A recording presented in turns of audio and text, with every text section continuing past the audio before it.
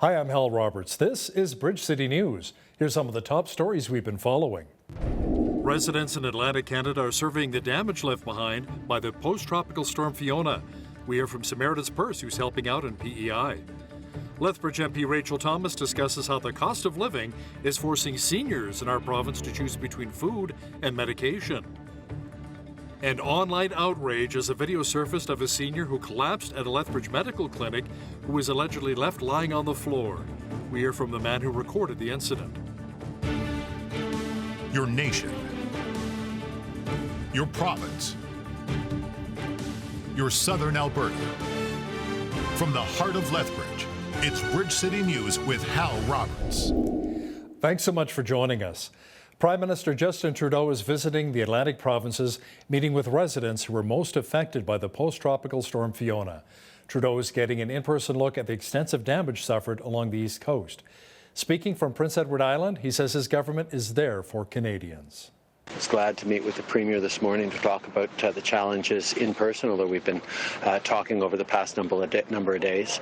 And over the past few days I've been hearing from Lawrence, from Heath, from Sean Casey and Bobby Morrissey as well, just the impact on the ground and how we're going to be there for each other as we get through it. The federal government is here as a partner. We were working already in advance of the storm to prepare for the worst, and the worst happened, but at the same time there are tremendous stories of resilience, of rebuilding, and there's a lot of work to do over the coming weeks and months, and hopefully not years, but if it takes that long, we will continue to be there. Canadians are there for each other, Islanders are there for each other, and we'll all pull together through this storm. Fiona left a trail of destruction stretching from Nova Scotia's eastern mainland to Cape Breton, Prince Edward Island, and southwestern Newfoundland. Reports say insurance claim costs from Fiona could top over $700 million. Dozens of homes were completely destroyed in southwestern Newfoundland after post-tropical storm Fiona hit parts of Atlantic Canada. A woman died after being swept out to sea during the storm. Residents and emergency personnel are still assessing the damage. This is my house right here. We came yesterday, but we weren't allowed in. But it's just as hard as today. We just moved back from Ontario, so we've only been in our house 3 years. So, and I grew up in this area. I wanted to come back to this area, but now I'm not too sure I want to. And I mean, the town has been phenomenal. Like, we've been getting updates. They called us the night before to tell us that, the storm was coming in worse than what it was. They're answering our questions. If you got anything, you just message them or call them, and they're there with information that we need. So our town is small but mighty, let's hope. It's been stressful.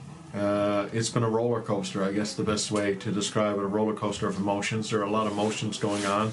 It's a lot of ups and downs in this because we're a close-knit community. We're a small community. And, it's your neighbor is more like your relative, your family. And it's been a hard time for a lot of people. And seeing all this devastation in the town I grew up in is very hard. So many in Atlantic Canada are cleaning up and rebuilding after Fiona slammed into the region. Samaritan's Purse is also there helping out. Frank King is the News Media Relations Manager with Samaritan's Purse Canada, and he joins us now from Calgary. Frank, in what way is your group assisting those who have lost so much? At this point, we've decided to help out in Prince Edward Island. The trick right now is to figure out where to set up and where we can get power. Electrical power is still a significant issue there. So we've got one of our disaster relief unit tractor trailers on the way to Prince Edward Island now. And as I say, we're going to set up with a partner church somewhere where we can get power. And once we get the power, we can start to do the work. We can start to bring in volunteers. So it's going to take us a little more time than usual to get going here, but we're definitely going to go, and we're definitely going to go as long as we're needed, because there's going to be so many folks. We're thinking particularly of like retired folks, single moms, those kind of folks who've got trees falling across their lots or whatever, or their roofs were damaged or something. Those are the folks we particularly want to come in and help. We want to get those trees, remove them off the properties, cut them up, get them away, tarp up roofs which may have been damaged, tarp up with broken windows, and possibly even mud out flooded homes, because we know there were some homes which were flooded. Thanks so much, Frank. That was Frank King, News Media Relations Manager from Samaritan's Purse Canada, joining us from Calgary. Hurricane Ian, meanwhile, tore into Cuba as a major hurricane. 1 million Cubans are currently without power. The storm has been intensifying into a catastrophic Category 4 storm before it hits Florida, where officials ordered 2.5 million people to evacuate prior to its arrival on Wednesday. When you're talking about storm surge like this, when you're talking about historic flooding, that water is a very, very difficult adversary. You do not want to put yourself in harm's way unnecessarily. So if you're ordered to evacuate, that's a decision based off what we're seeing with this storm, what your local officials are seeing with the storm. Praying for those along the east and Gulf coasts. Well, here in southwestern Alberta, it felt a lot like summer so far this week. Jeanette Rocher is joining us on location at a pumpkin patch at Mulner Farms just outside of Taber. Jeanette, it looks like autumn where you are, but when can we expect it to actually feel more like fall? Yeah, it's true. I'm surrounded by these pumpkins because, believe it or not, how Thanksgiving is just around the corner. But to answer your question about when it will actually feel more like autumn, well, not anytime too soon. Today and Wednesday, we're seeing temperatures in the 30s, then a 10-degree drop this coming Thursday. But even then, we're remaining above the average high for this time of year, which is 18 degrees. Still lovely weather for autumn. I'll show you that 7-day forecast coming up later on in the show. Some nice-looking pumpkins there. Thanks so much, Jeanette. A video has surfaced online of a senior who was allegedly left on the floor of the Lethbridge Medical Clinic after collapsing. Dave Woods, a nearby witness who recorded the incident, says he was appalled that nobody in the office allegedly tried to help the man as he was lying on the floor in pain. Angela Stewart has that story. Told him to get up, but well, he can't get up. A man in distress, lying on the floor of the Lethbridge Medical Clinic. Minutes go by without a single person intervening. Are you going to get this man some help? yeah, the doctor is getting the help It was bad. I didn't like it. Dave Woods, a nearby witness, is the man behind the camera. I had gone to the doctor's office to get my prescription refilled, and I walked in, I sat down, and I noticed this gentleman was across from me. Woods says he overheard the man complaining of pain to a staff member behind the counter. He got up and he went to the desk and said that he couldn't sit there no more. He was in too much pain, and he couldn't even sit there, he said, and he had to get off his feet. Next thing you know, I'm looking at it, and he's just getting down, and he's down on the floor. And I look around, and no one's doing nothing. The video from Monday, which has been posted to social media, caused a stir among viewers, gaining over 12,000 views and 411 shares. I was the only one standing there helping him. Woods, who is struggling with his own medical conditions, says he was unable to help the man by himself. I just had a heart attack not 2 months ago, and I'm recovering from cancer. And I can't even bend down to tie up my own shoes and stuff like that. Adding, this type of situation is completely unacceptable. What's going on with people nowadays is where there's no compassion, because everybody was just sitting there like looking around, like they weren't even looking around, they were looking at their phones. Bridge City News did reach out to the Lethbridge Medical Clinic for comment, but did not receive a response in time for broadcast. For Bridge City News, I'm Angela Stewart. Dave Woods, the man who shot the video, adds that the clinic did end up calling the Lethbridge police, who showed up a short time later. A 59-year-old Lethbridge man is being charged with attempted murder. Police say it stems from an incident last Friday when they arrived at a home in the Fairmont subdivision in the city's west side.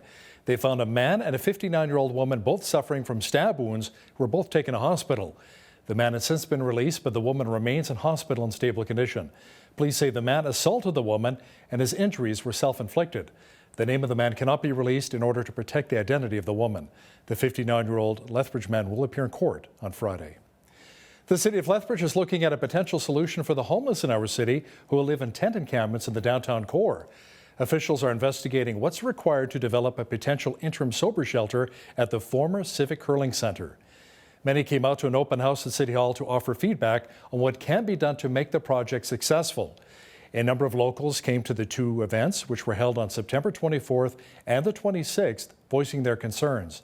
If you missed out on either of those dates, you can still provide feedback online at getinvolvedlethbridge.ca until October the 6th.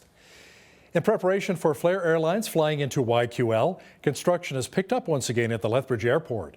In order to accommodate the larger aircraft that will be on the tarmac this winter, the airport had to make some renovations. Now, some of the changes included increasing the holding room capacity after passengers go through screening adding a baggage drop and a space for customs.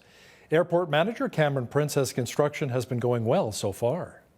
We've been, ever since the introduction of Flare, we've been working like crazy behind the scenes to try and find a way to accommodate all that stuff within the building and also preserve as much of the renovation from last year. So everything is going well now. There's obviously hiccups along the way with supply chain and things like that, but everything's going well now. We've got all the crews on site, as you can see, and we're looking good for that December 1st start date. All of the construction is expected to be completed by the end of this year. If you take a drive down 5th Street in downtown Lethbridge, you might notice the Oliver Block building. It was constructed in 1900 and was in disrepair just a few years ago as it was set to be torn down, paving the way for a parking lot. In 2017, the building was bought and underwent a massive rebuild. The owner of Oliver Block, Hunter Hagee, says he wants City Council to designate the building as a municipal historic resource. Council voted unanimously 8-0, with the bylaw passing second and third reading.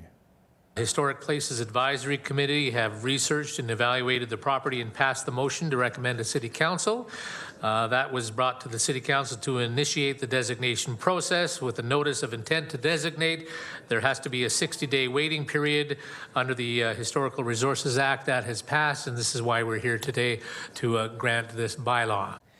Now, there will be no financial cost to the city to designate Oliver Block as a historic site. Since 2007, City Council has designated 28 historic places within Lethbridge as municipal historic resources. New information was provided to Lethbridge City Council as to how a new free bus pass program for refugees has been doing. Council previously decided that free bus passes would be given out to refugees who are in need. As of September the 7th, a total of 206 passes have been issued to members of our city at a cost of just under $90,000. That price tag was previously agreed to and was allocated from council contingencies. Officials say there's over $100,000 left in the fund. From July 14th to the 17th, a total of almost 2,600 transit riders utilized the free refugee bus pass. Staff from Lethbridge Transit say if the program is to continue, additional resources and funding will be needed. Council allocated an additional $15,000 to the initiative for the program to continue. Orange Shirt Day is coming up on Friday. It is meant to honor Indigenous people who were taken from their homes and forced into residential schools across Canada. It is also a time to showcase the stories and healing of families who are survivors of the schools.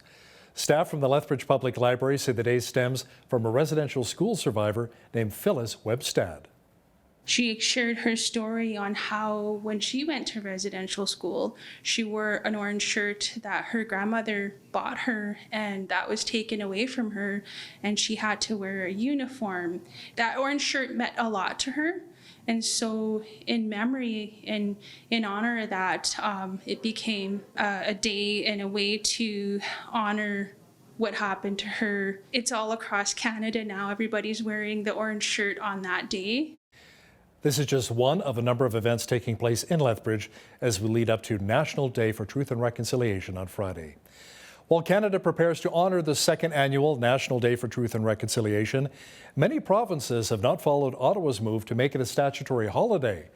New Brunswick, PEI, and the Northwest Territories, and Nunavut all declared September 30th a holiday, but other jurisdictions have decided to observe the day in other ways. Aboriginal Affairs Minister Arlene Dunn says she wants to remind everyone that reconciliation is not just one day of the year. Starting in the spring of next year, Alberta drivers are set to receive a reprieve while they cruise down the road. The government is no longer requiring drivers to take the advanced road test for Class 5 and 6 licenses. This means Albertans will save $150 by not having to take a second road test. Around 700,000 drivers in our province have their graduated driver's license and are qualified to take the advanced road test. The province says 500,000 drivers will be able to opt out of the GDL program. Brooks Medicine-Hat MLA Michaela Fry announced that she will not be seeking re-election next spring. The UCP MLA, who was elected in 2019, says it was a difficult decision, but is the right one for her and her husband as they try to grow their family. Fry says she was proud of standing up for law-abiding firearms owners and being involved in many committees over the years while helping to get certain policies passed in the legislature. She says she will spend her remaining time in office focused on getting more physicians to rural Alberta and improving access to healthcare services. The UCP will be choosing its new leader on October the 6th. So far, the frontrunners appear to be Travis Taves and Daniel Smith. Vince Byfield is a political commentator and the son of the late journalist Ted Byfield. Vince says Albertans should feel proud of the strong candidates who are currently running to become our new premier. I couldn't ask for a better blend of Albertans than those 7 individuals, right? There's 4 women to 3 men, which is probably a good thing. And they really have a broad spectrum of skills and experiences to bring to the table that in many ways complement one another. And I thought, frankly, we're really lucky to have them all engaged in the process. They're all good. Catch the full interview with political commentator Vince Byfield and BCN's Jeanette Rocher coming up after Business News. NDP leader Jagmeet Singh talked about his party's call for a parliamentary committee investigation into rising food prices and on the profits of major grocery stores. We know the cost of everything has gone up, and now slowly we're seeing some of that come down, but the price of food has not come down. In fact, it continues to rise. And we know that families are feeling it when they go to buy their groceries. They're feeling it because they're not able to afford what they could afford before. And what we're noticing, and the clear trend is, CEO profits are up in the corporate food market and the grocery stores, the corporate grocery stores. The corporate grocery store profits are up, but workers aren't getting paid more, producers aren't getting paid more, and families certainly are having a hard time affording it. So that's why we are pushing to investigate the cost of food rising. It's no surprise in Canada we've seen price fixing in the past. In 2018, we were pretty shocked to learn that there was price fixing going on with the cost of bread. So we are no stranger to the potential that there is something going on with the price of food, and we are deeply concerned because it's hurting Canadians. You know, when it comes to the cost of food, recent surveys say 24% of Canadians are buying less of it due to higher prices. The studies say inflation is hurting many, including our seniors, single moms, and the disabled. Lethbridge Tory MP Rachel Thomas says so many Canadians are really hurting right now. We're talking about folks who live on a very small government stipend. And those individuals don't have an opportunity to go get a job or earn a little bit of a higher wage or look for, new opportunities. They are at the mercy of a small amount of money. And that small amount of money has to extend over all of their necessary costs. When those costs continue to go up, but their income or their stipend stays the same, you can just imagine the detrimental impact that has on their quality of life. Lethbridge Conservative MP Rachel Thomas will also give us her thoughts if she thinks a federal election will be called this fall. Watch for that full interview coming up in the second half of our broadcast.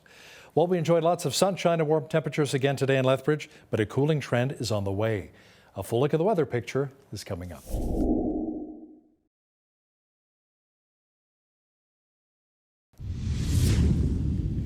Well, it was sunny and hot again today in Lethbridge, but it may get even hotter on Wednesday before we see a bit of a cooling trend.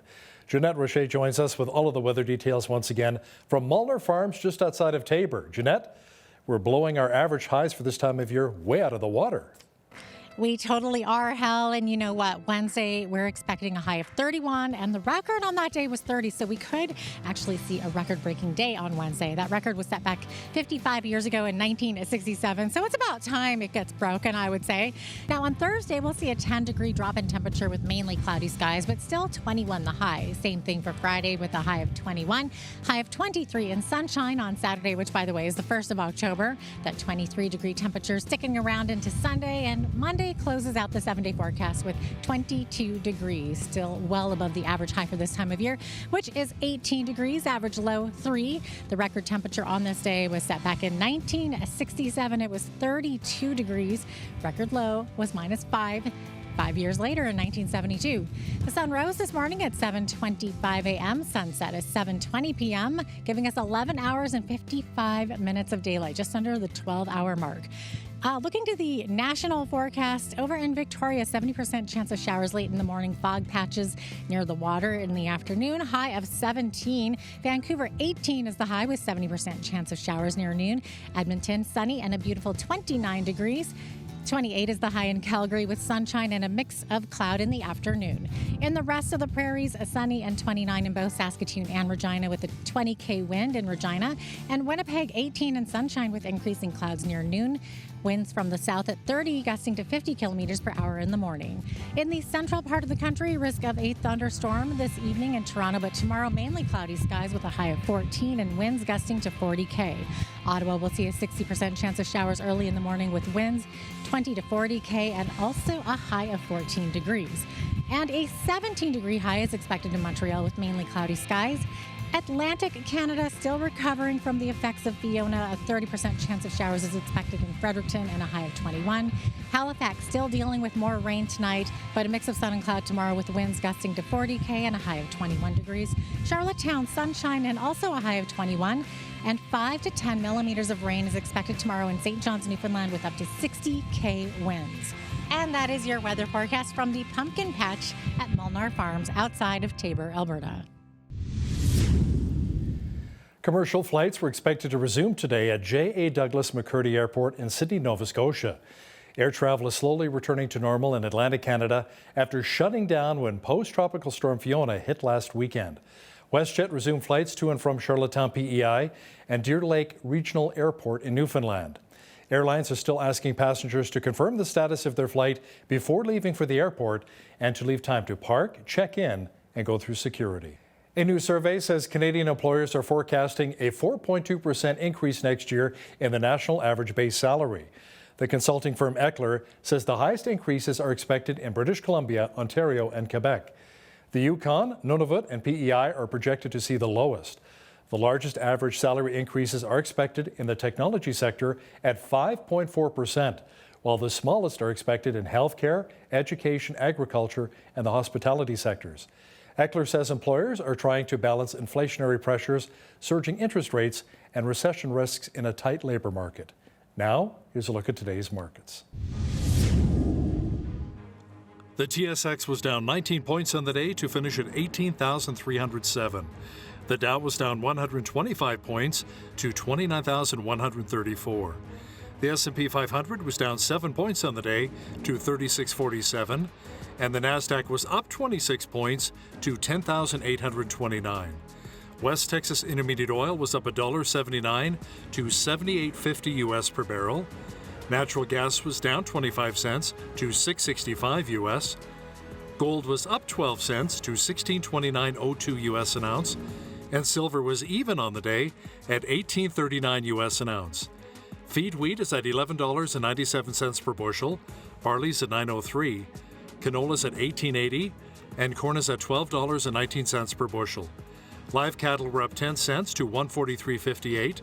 Feeder cattle were down 95 cents to $176.13, and lean hogs were down $1.68 to $88.70.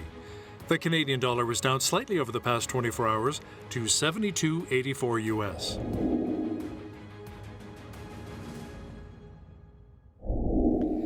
Recapping one of our top stories, so many in our Atlantic provinces are trying to rebuild their lives following the devastation left behind by post-tropical storm Fiona. Insurance claims from the storm could reach $700 million, but flood damage from the storm surge will not be covered. Prime Minister Justin Trudeau has been touring the Atlantic provinces, surveying the damage, saying that Ottawa will be there to help Canadians in their time of need. Inflation is currently around 7% here in Canada. Many simply cannot afford the high cost of living, including food, medication, or rent. Coming up, a chat with Lethbridge MP Rachel Thomas, who discusses what changes the CPC would make if they were in power to make life more affordable. And listen, if you see news happening in your community, be sure to send us an email at info@bridgecitynews.ca. We'd love to hear from you.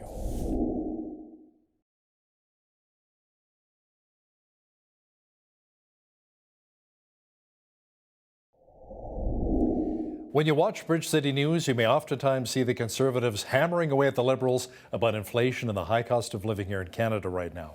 Conservative MP Rachel Thomas has also been critical of the Trudeau Liberals, and she joins us now from her riding in Lethbridge. Rachel, welcome back to Bridge City News. Hi, Hal. Thanks so much. Good to be here. Now, the UCP recently announced that as long as West Texas Intermediate Oil remains above $79.99 US a barrel, Albertans will save about 8.5 cents a litre provincial gas tax for the next few months. Rachel, has the question also been asked in Ottawa if the Trudeau Liberals would also consider giving us a break on the federal tax at the pumps? Yeah, it's a really great question, and certainly something that Canadians should be holding the government accountable to. One of the things that we've been asking for repeatedly in the House of Commons as the official opposition is three things in particular. We'd like to see a removal of GST from fuel. We'd like to see the carbon tax scrapped. And we'd like to see the government rein in its spending because, of course, we know the more the government spends in terms of money it doesn't actually have, the more inflation is driven. And the more inflation increases, the more, of course, the cost of living goes up for every single Canadian across the country. In fact, today, actually, Hal, it's important to note that we have an opposition day motion put forward to the House of Commons. And so we're actually asking for the government to stop the carbon tax because it is actually scheduled to triple. And so, of course, you can just imagine the cost that this will or the impact, I should say, that this will have on Canadians in terms of everything from home heating to the cost of groceries to the cost of clothing, et cetera. And Canadians are already hurting, so it's time to give them a break. You touched on inflation, Rachel. Let's delve into that a little bit more. Inflation sitting around 7 points right now. Instead of cutting payroll taxes, the Canadian Taxpayers Federation says the Trudeau Liberals will be increasing the payroll tax yet again. Now, how would you approach the high cost of living if your party was in power? Yeah, again, a really great question. I think it's bizarre that the Liberals are increasing taxes in the midst of an affordability crisis. It just makes zero sense whatsoever. We're seeing increase in carbon tax. We're seeing an increase in inflation tax. We're seeing an increase in payroll tax. I mean, most Canadians are watching 30, 40, 50% of their paycheck come off and be discarded before they even get to bring the money home. It's just not fair, and Canadians certainly cannot get ahead when that continues. I think this government, they claim to have our backs, but actually, I would say they're actually on our backs, and applying an unnecessary burden to Canadians. And so I think we have a real opportunity here to help Canadians out. And again, that is let's cut taxes. The Taxpayers Federation came out with a report showing what other successful countries are doing. There's 51 of them that are cutting taxes in order to help their citizens get ahead. Our government needs to look to do the same. Now, a recent survey says around 24% of Canadians are buying less food due to higher prices, with almost 70% being women. So it may appear that children are impacted as well, what's transpiring with food inflation. It's also seniors who are deciding between buying food or their medications. So, Rachel, what's the answer here? Yeah. Hal, I appreciate the question because I think you're highlighting a few really important groups here. You've highlighted families, particularly, let's say women who are raising children on their own. You've also highlighted seniors, and I would add a third group, and that is those who live with a disability. We're talking about folks who live on a very small government stipend. And those individuals don't have an opportunity to go get a job or earn a little bit of a higher wage or look for, new opportunities. They are at the mercy of a small amount of money. And that small amount of money has to extend over all of their necessary costs. When those costs continue to go up, but their income or their stipend stays the same, you can just imagine the detrimental impact that that has on their quality of life. And so, I think, in a country like Canada, you mentioned food costs going up. We should, we produce food for the world. So in this place, we should not be watching the lineups for food banks increase. Not here. Not here. Not when we do as well as we do in terms of agriculture and food production. And so I think ultimately, this is due to poor decisions of the government to continue infusing fake cash into the economy. It's driven up inflation and ultimately it's hurting Canadians, and that needs to stop. Now, the Trudeau Liberals are wanting farmers to cut back on fertilizer use and hence fertilizer emissions by 30% nitrogen. The producers we've chatted with, Rachel, say less fertilizer means less food on the table. What are your thoughts? Yeah, certainly. I've had the opportunity to speak with producers in our area, and as you can imagine, they're very concerned about this. But all Canadians should be concerned about this. Canada produces food for the world, and we do it tremendously well. And it's a superpower that we should be celebrating day in and day out. And unfortunately, what we see here is the government is actually wanting to punish farmers rather than celebrate and reward them. And so by implementing this requirement that fertilizer be reduced by 30%, we're actually going to reduce the amount of food that we can produce, which, when you have a place like Ukraine, the breadbasket of Europe, under attack and therefore not producing the food it normally would, you then have starvation beginning to happen in countries in need. Canada could rise up and help be the solution to that, but when we have a government putting policies like this in place, it makes it awfully difficult. Not only that, but if I talk about the problem here at home, again, we already have increased lineups at food banks. You can imagine how the cost of food is going to increase when farmers are forced to produce less, but still need to make up that cost at the end of the day. And so I'm very concerned. I'm very concerned for Canadians, and I'm very concerned for the globe, for people, in every single country who depend on us for food production. Rachel, the Bank of Canada Deputy Governor Paul Beaudry said in hindsight the federal government should have withdrawn stimulus measures earlier as economies were recovering from the COVID-19 pandemic, which would have likely kept a lid on inflation. Your reaction to Mr. Beaudry's comment? Yeah, for sure.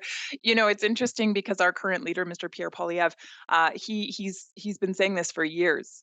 For 2 years, he was begging the Prime Minister to stop infusing the economy with fake cash. He was asking the Bank of Canada to heed his words of warning, and he was foopad. And that is unfortunate because here we are now, and the Bank of Canada is willing to acknowledge that actually there was some truth to what Mr. Pierre Poilievre was saying as the finance critic. I wish we would have heeded those words, not for my sake, not for our sake as the Conservative Party of Canada, but for the sake of Canadians who deserve better. Because ultimately they are the ones that now have to bear the cost of that poor government decision. You might recall that Trudeau, a while back, he said to Canadians, and I quote, he said, "We took on debt so Canadians don't have to," end quote. It's laughable. Of course, Canadians have to take on debt when the government does, because when the government takes on debt, it has to be passed on somewhere, and it's usually in the form of taxation and also in the form of inflation. And so Canadians are increasingly having to rely on their credit cards, which is the worst form of debt. So for the government to have claimed that they were somehow helping Canadians is awfully rich and altogether misleading. Yeah, you have to pay back that debt, absolutely. Rachel, a number of Indigenous communities still do not have clean drinking water. The Liberals have been working to address the issue for years now. How would your party be any different? Yeah, I certainly appreciate the question because I think this is an issue that, has certainly been talked about and around for many years. And we're talking about folks who live in Canada, who call this country their home, and no one in this nation should be without drinking water. And so, Trudeau promised to put an end to the long-term boil water advisories, and he promised to put an end to that in 2015. That's 7 years ago. And we are still here facing the exact same dilemma that we were then. I think what Canadians can count on from us under Pierre Poilievre is they can count on us to keep our word, that if we make a promise, we're going to follow through. We're going to make it happen. Now let's talk about your new leader, Pierre Poilievre, for just a moment here. Many critics say he will create a lot of division within the party, but apparently Poilievre reached out to the Jean Charest camp after the CPC leadership. He met with Brian Mulroney and Peter MacKay. He also chatted with Stephen Harper. Why do you think he's making this kind of an effort? I think it's truly who he is. I think he's an individual who wants to bring people together, who wants to build a unified team and bring back hope to Canadians. I've watched Pierre in his role for 18 years. And it's been 18 years of consistently bringing forward these same types of policies, the same type of advocacy with regard to conservative principles. And ultimately, at the center of everything that he says and does is Canadians. He is wanting to be a voice for the Canadian people from coast to coast. And I think we see evidence of how well that went during the leadership race. I mean, we saw the gatherings of thousands of people in every single province across this country, not a single one discriminated against. And so, I just think that we have someone who is very much wanting to bring us together as a team, to be united, and ultimately to serve Canadians well going forward. Now, the Trudeau Liberals have a lot of support in central and eastern Canada, Rachel. What will it really take for Pierre Poilievre to break through in those regions where some of his predecessors perhaps did not? Well, again, I would highlight the fact that, Pierre enjoyed success in every part of the country during the leadership race. And I think we'll see the same in a general election. I mean, we saw gatherings, huge gatherings, thousands of people in unsuspecting places such as Nanaimo or Montreal.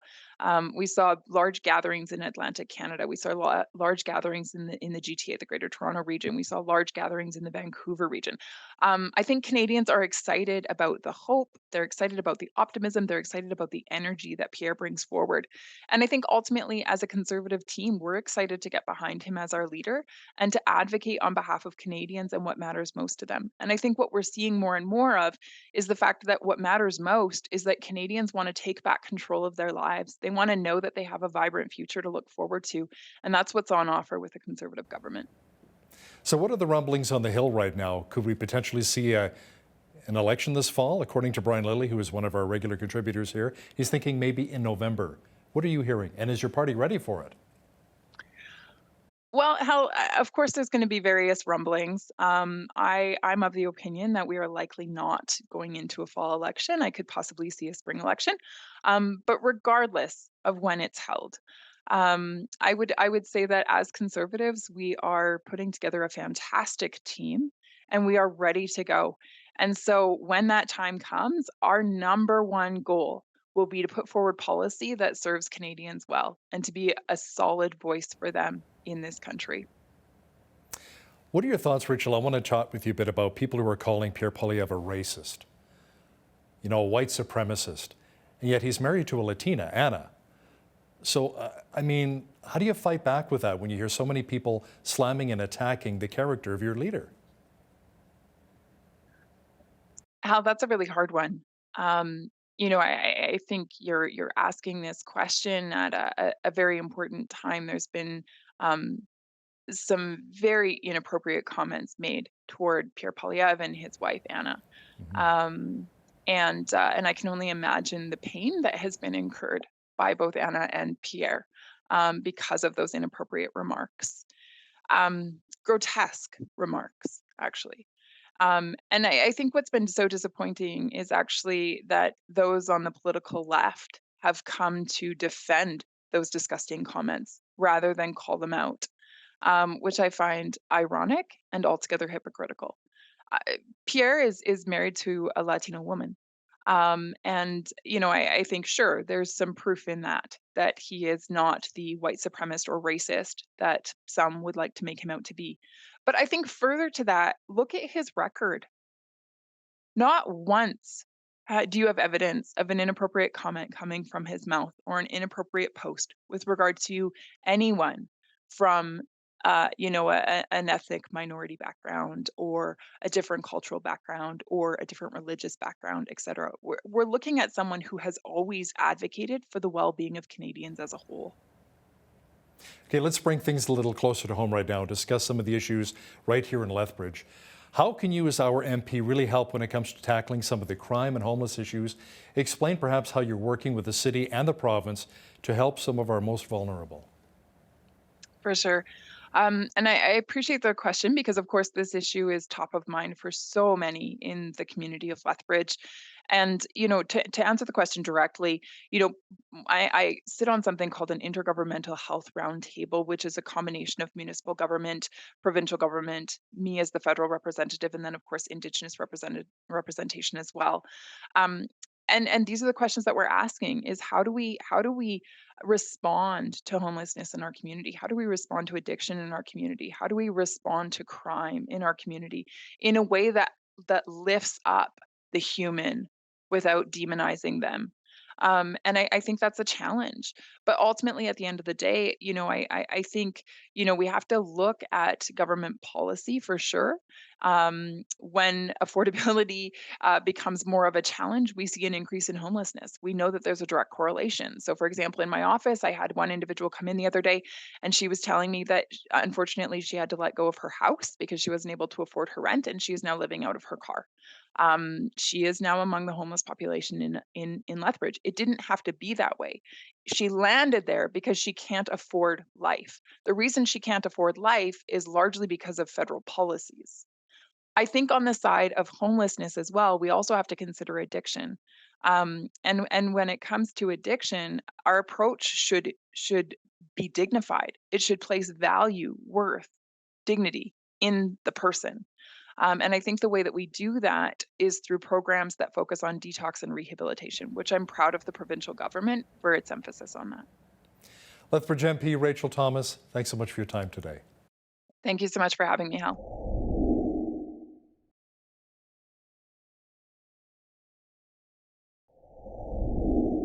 The politics of Alberta is more than a topic of conversation for some. Politics is a passion and a way of life. We know the politicians and we hear the pundits. There are many opinions and voices that ebb and flow throughout the news cycle. One longtime political voice was that of the late Ted Byfield in his Alberta Report. For many, politics is a family business, and Ted's son Vince is no stranger to the passion, the politics, and the voices that have made people pay attention.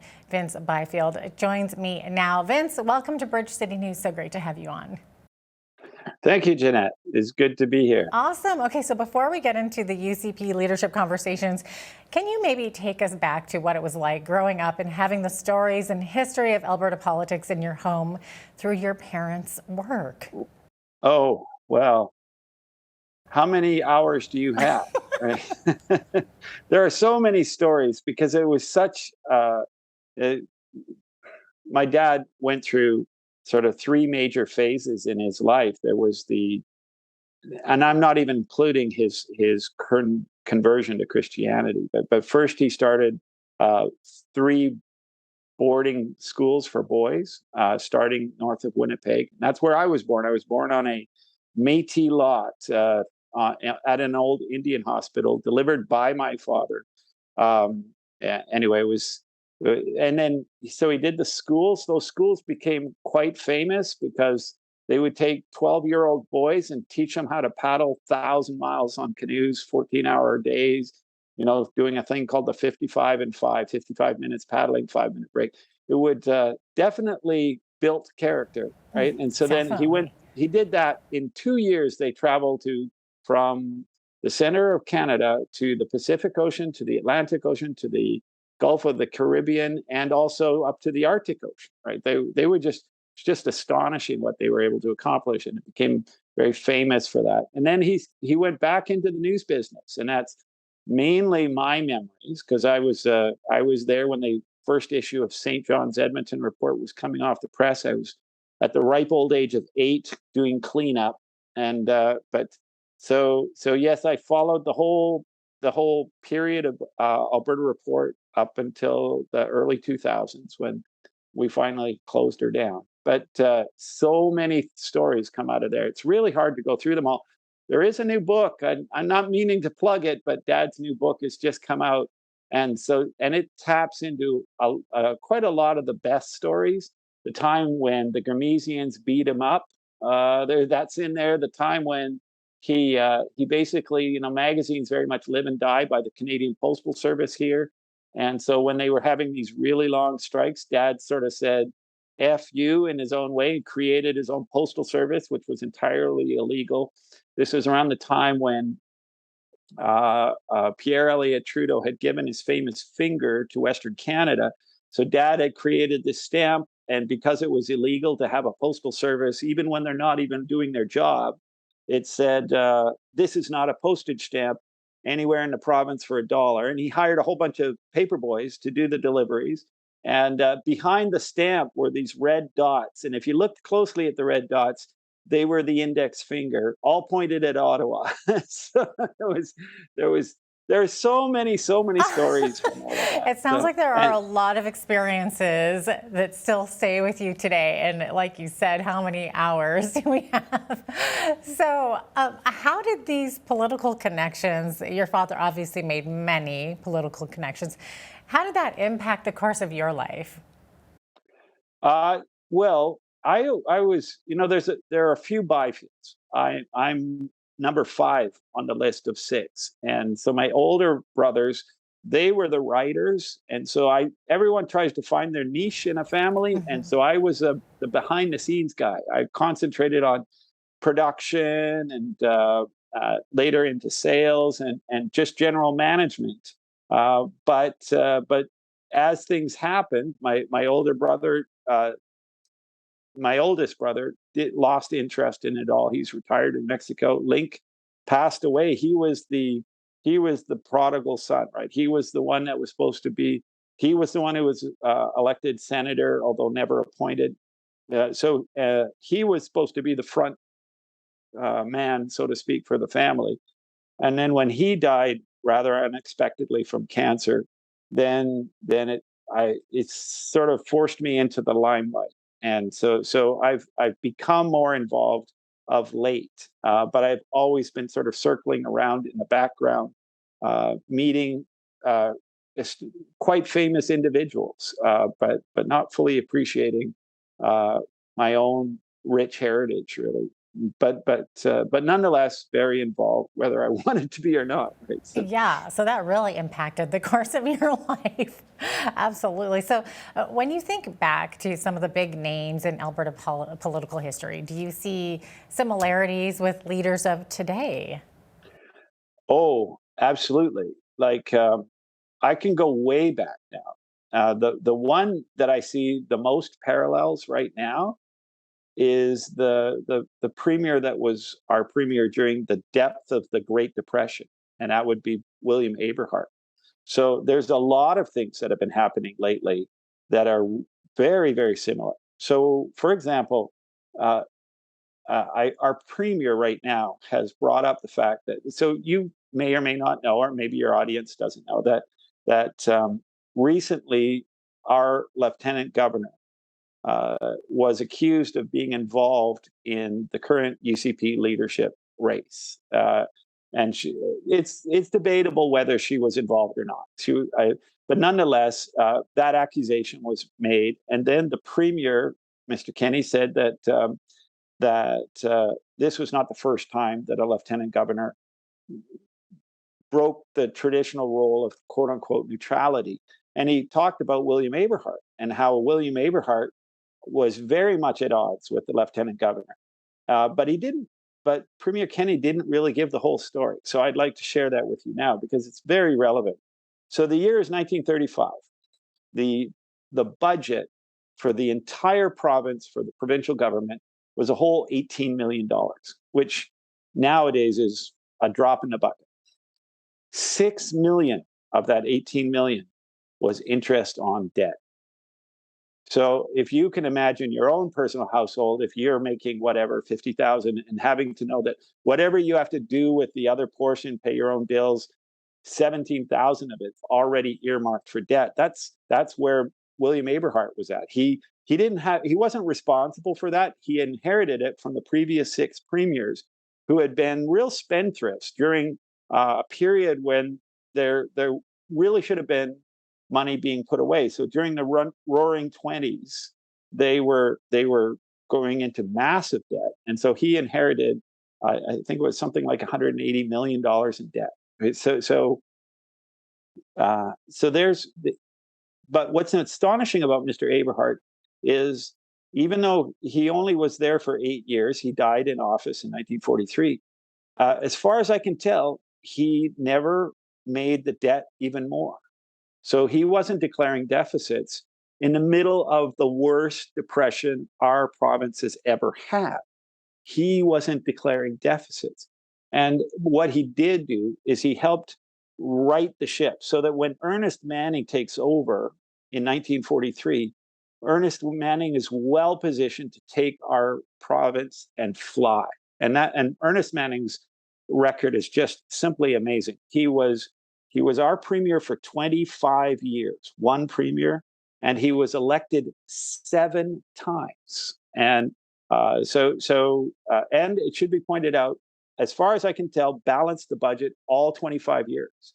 And then on top of that, set in motion the entire oil sands industry, which we are still reaping benefits from now, 60 years later.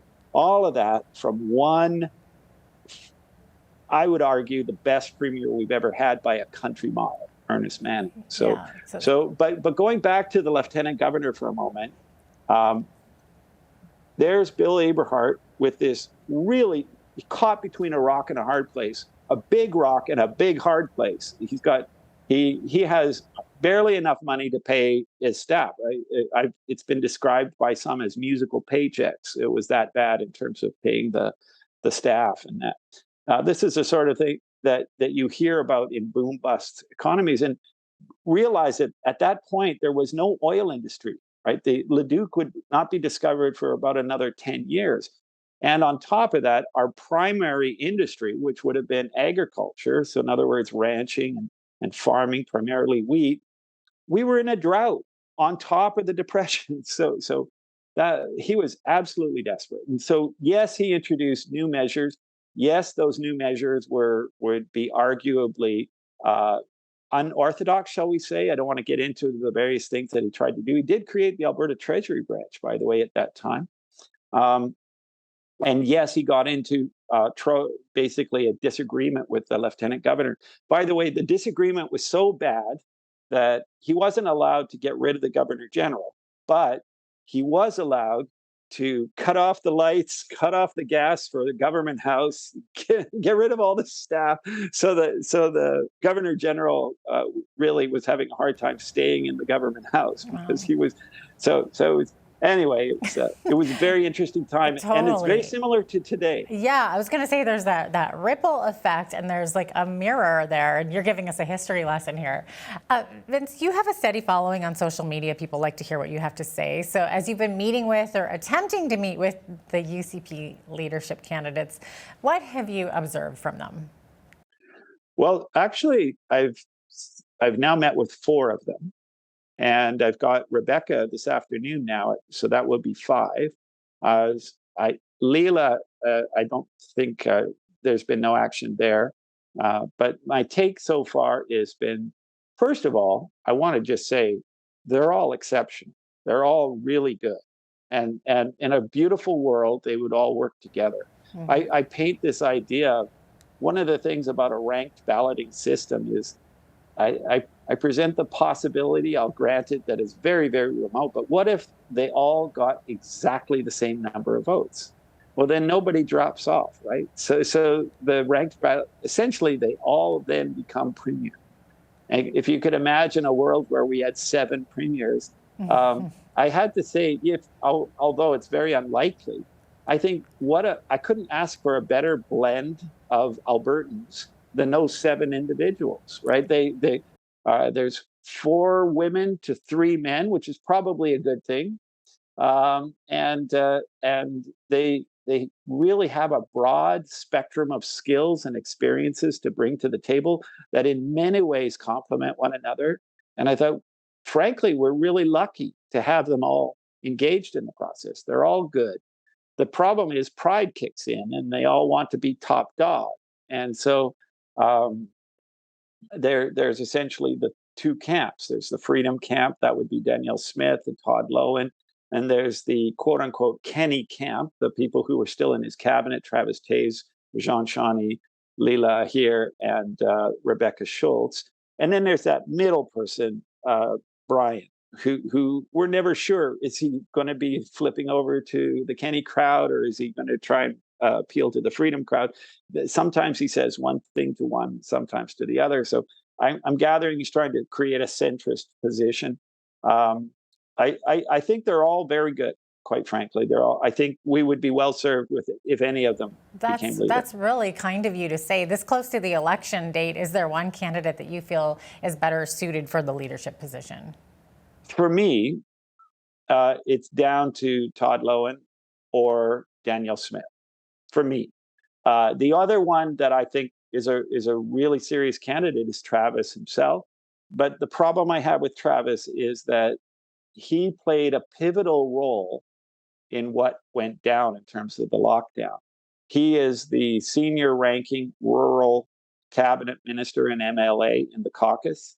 And I think that if he had stood his ground, which I believe as a Christian he should have, then two things would have happened. First of all, there's a very real possibility that Jason would have reversed course because Travis, in many ways, represents the entire rural electorate to Jason.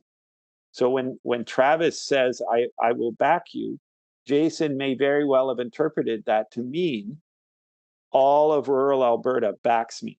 There are these few people out there, and you see that in his comments. He talks about, a bright light attracts a few bugs. That's a line from Preston Manning, and Jason said it many times. That tells me he was thinking of the few that were getting through his silo and actually penetrating. He interpreted it as a small group, kind of like the gentleman in Ottawa who talked about a fringe minority with unacceptable views. Very similar, and that was primarily because of Mr. Taves. So he's out, in my view, because I think that's a test of character, which unfortunately he did not pass. So it's down to Danielle or Todd, and of those two, I'm really torn. I haven't reached a conclusion. I still have an unfilled ballot. And then, Vince, what do you think your father, Ted, would say about the selection of candidates? Okay, well, that's what would Ted say? Dad would have said, well, for starters, he was a Kenney supporter right to the very end. And he said that even though everything had happened the way it had happened, he was always mindful of the fact that no matter how bad Jason has been, the NDP would be far, far, far worse, right? And so therefore, he supported Jason even when this was happening, and I was quite surprised by that. I don't think that my brother Link would have felt the same way. I think Link and I would have been very much of the same mind. But Dad, if I were to say, to be honest, I suspect my dad would have supported Travis Taves because Jason unofficially, he's not allowed to endorse, but I think everyone knows that his favored candidate in the race right now is Travis. Interesting conversation. Vince, that's all the time we have for today, unfortunately, but we appreciate your time. Thanks so much for joining us. Thank you. All right. You Take care, Janet. That was Vince Byfield. He joined us from his office in Edmonton. I'm Jeanette Roche for all of us here at Bridge City News. Thanks so much for watching.